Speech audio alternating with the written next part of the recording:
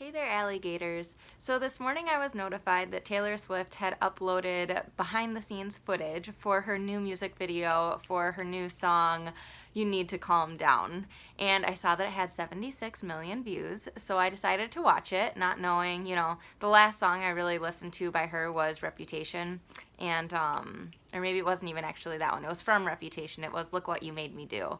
And so I wanted to touch base about homosexuality, about us as human beings, our human nature, what we are capable of, and what the church has to say about the natural law within that.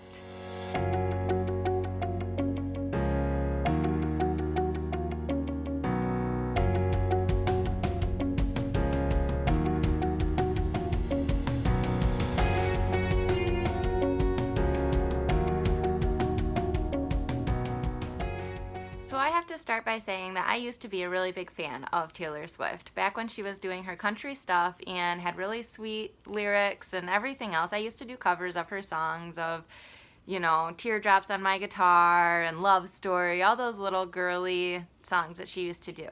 And then she sold her soul to the devil and decided to do Reputation. And the song Look What You Made Me Do was super unsettling for me. It basically was a manipulation. It was blaming her actions on somebody else, which is not true. Nobody can ever make us do anything, even under the threat of death.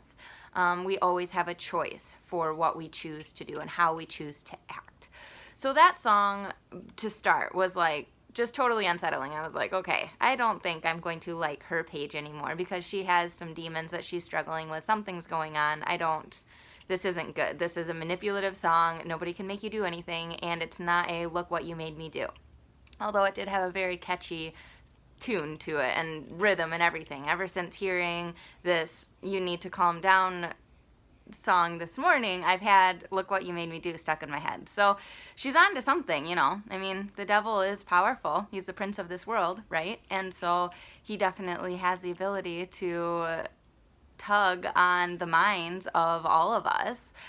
So in this You Need to Calm Down video, it is basically promoting homosexuality and saying, stop tweeting about it, stop talking about it, because throwing shade hasn't ever made anyone less gay, and things like that. And then she's dancing around and, don't step on his gown and all of these things. And so, okay, homophilia and being against homosexuality are two very different things. I want to say that first. Okay, there can actually be a fear of gay people, like you don't want to be around them because you're nervous they're going to start liking you or whatever. So that's like homophilia. You can hold a morally objective stance to homosexuality without being a homophilia.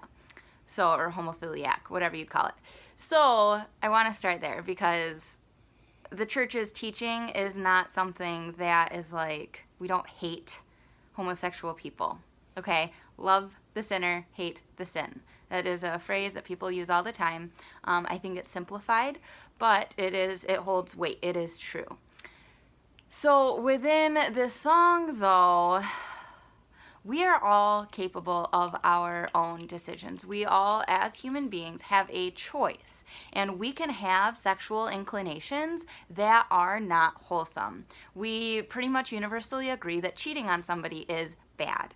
Okay, when I first got married, I met a guy that I really liked. I don't talk about this too much publicly. I don't know that I have yet. My husband knew about it though, and it was something that I really struggled with. It was someone that I really felt I connected with.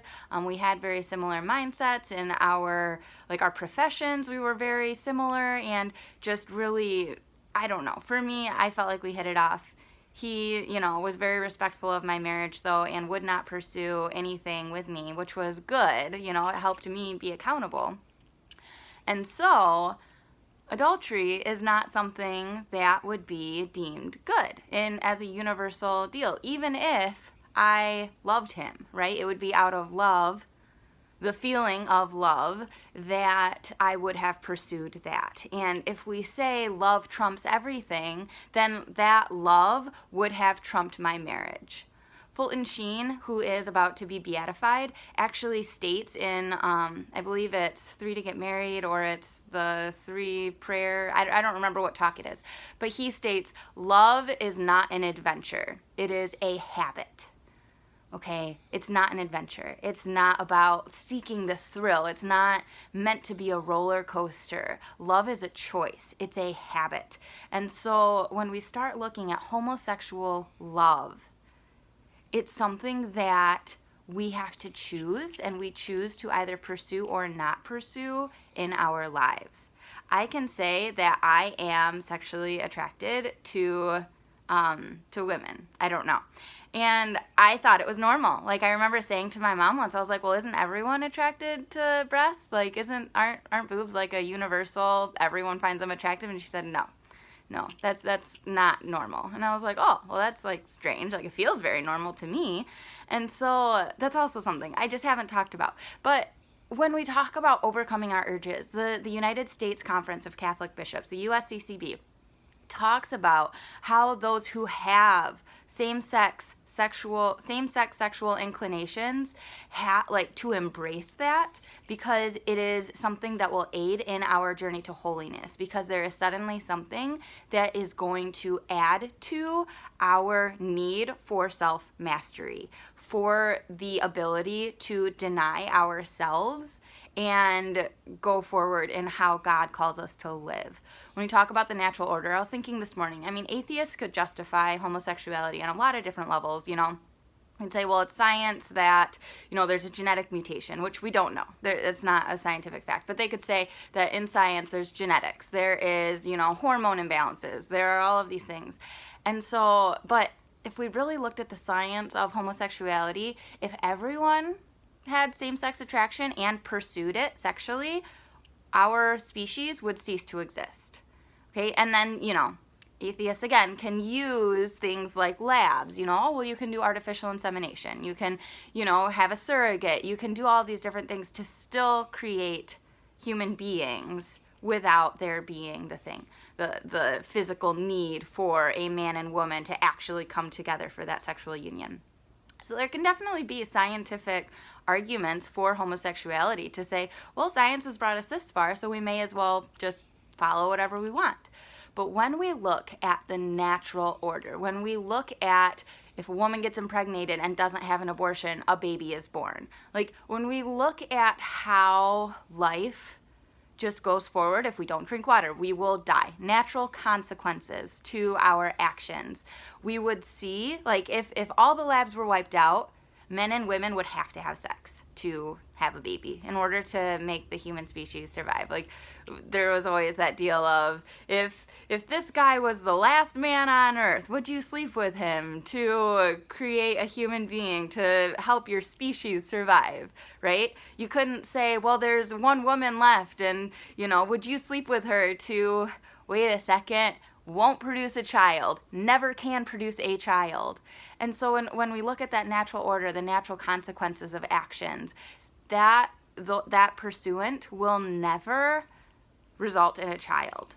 And I mean, you can get into philosophical and theological like repercussions of that and like symbologies of that, with like the love between the husband and wife producing a child, the third person, like the third person of the Trinity, that the Holy Spirit is produced between the love of the Father and the Son. And you can look at those different theological aspects, but just from like a science aspect, that of the natural order, the natural consequences, the natural law of our humanity, of our existence, turns into the fact that we do have control over our actions.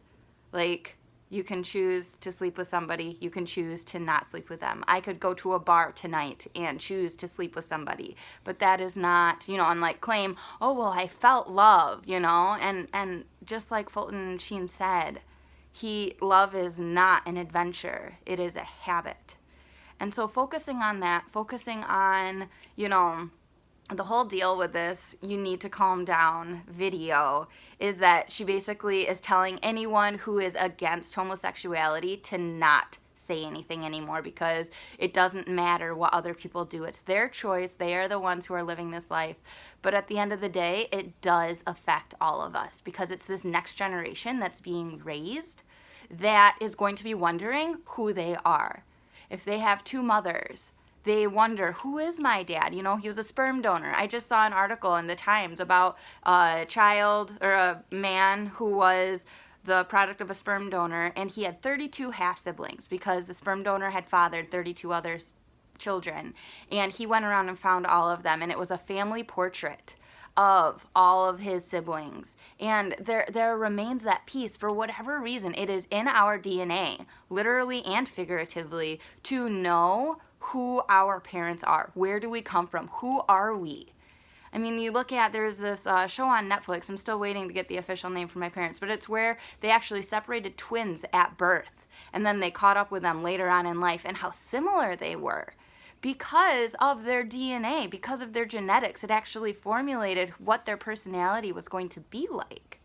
And so we can't, write off genetics entirely, but there's, in regard to the homosexuality, I'm talking about like personality and like how we act. But yeah, so we just, you have to speak up. Keep speaking up. Don't let, the fire of the phone that burns her trailer down, whatever, the toxicity of her phone, because people are speaking out against homosexuality. Like, it's a sin. And you can call it a sin. You can call it a disruption in the natural order. You can call it whatever you want. But at the end of the day, be kind. Show compassion. You never know what somebody is struggling with or how they are struggling with it, but hopefully we are all on a journey to self-mastery. That's the ultimate goal, is we want to be the best versions of ourselves. I mean, anybody is going to say that they want to be the best then they can be. And so helping people discover that in a way that meets them where they are, but also encourages them along the path toward holiness, toward that purity, is always a good thing. And yeah, so just show love, that habit, and understanding the difference of love instead of tolerance, right? There's a difference there, tolerance and love, okay? And so we can love those who struggle with this sin and encourage them to just keep on forward, because we do have power over our actions. We do get to choose what we're going to do, and by the grace of God, it makes it a lot easier to make those right decisions, and we can just continue on and grow in that holiness and grow in those habits and view love as a habit and not as an adventure. God bless you. Thanks for tuning in today. I'll be intrigued to see what you guys have to say, if you've seen her video or not, if this prompted you to watch her video, which is just, I mean, it's a nicely done video, of course. Like, they have a lot of money to spend on it. So anyway, curious about your thoughts on it, though, and I just really hope that if anybody's watching this that does hold the stance that homosexuality is okay and should not be frowned upon in any way, I just hope that this does meet you where you are, and that it does help you understand just a little bit more maybe where we as Catholics are coming from. So God bless, and until next time, we'll see you later, alligator.